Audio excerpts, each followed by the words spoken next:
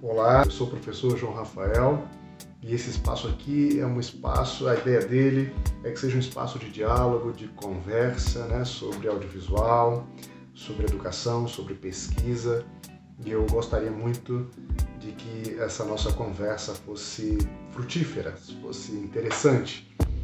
E eu venho nos últimos vídeos trazendo uma perspectiva dos saberes e fazeres do audiovisual na educação no Brasil, né? Como é que isso foi pensado aí a partir, claro, obviamente a partir da leitura que eu fiz, da pesquisa realizada, né?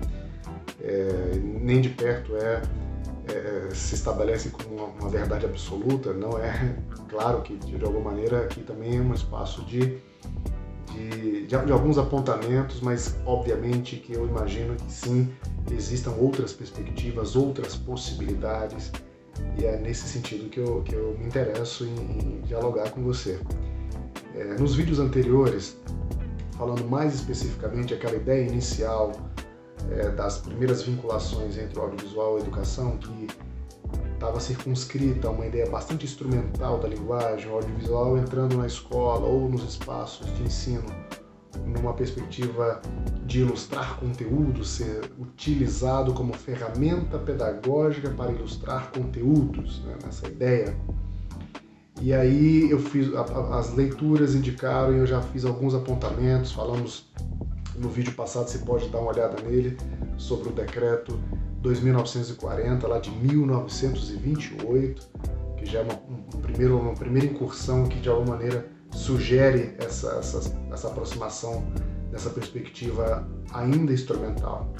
Hoje eu vou trazer para a nossa conversa esse processo sendo aprofundado com a fundação, o nascimento do Instituto Nacional do Cinema Educativo, em 1937, ou seja, em pleno governo do Getúlio Vargas, ali, Estado Novo. Esse Instituto Nacional do Cinema Educativo foi pensado pelo também Escola Novista, figura central para pensar o audiovisual e as vinculações com a educação no Brasil, o grande Edgar Roquette Pinto, né? Ele que idealizou e pensou, de alguma maneira, esteve à frente desse processo.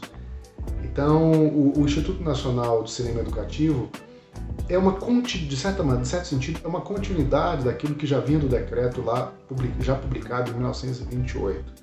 É uma institucionalização da imagem, né, do cinema, né, como imagem do Brasil. Então a gente pode pensar isso como algumas perspectivas, assim, né? Na primeira delas, uma ideia de ter imagens, né, quer dizer, de captar as nossas próprias imagens, né? Então, por exemplo, Humberto Mauro, o principal realizador no Instituto Nacional do Cinema Educativo, ele realizou 357 documentários, eu acho que estão ali listados, talvez, pelo menos foi o que eu tive como dado de pesquisa, né? Documentários e que tinham essa finalidade educativa, né? E filmar também nos lugares mais longínquos do país para tentar fazer essa troca, né? Trazer as imagens do interior do Brasil para o centro também, para de alguma maneira estabelecer ali uma reflexão para que a elite, ou seja, as pessoas da urbanidade pudessem ter a referência do que era, do que na cabeça dele, obviamente no ponto de vista deles era o interior, o que deveria ser o interior, né? Então, o Instituto Nacional tem esse papel também, né? E essa ideia de começar a formar o fazer cinematográfico, o fazer audiovisual no próprio país, né? A formação de novas pessoas para trabalharem com o audiovisual, né?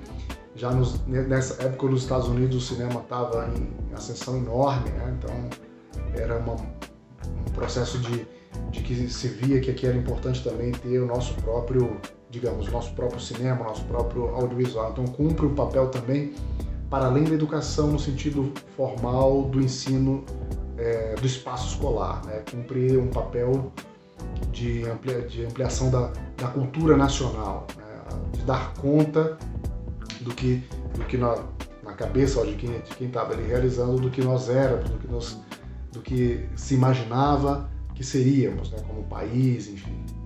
Se você tem mais alguma percepção sobre isso, eu vou deixar aqui na descrição a referência, né, onde apareceram as reflexões, onde eu pesquisei, e eu quero dialogar com você. Coloque aí os seus comentários e vamos conversar. Um abraço para você e até a próxima.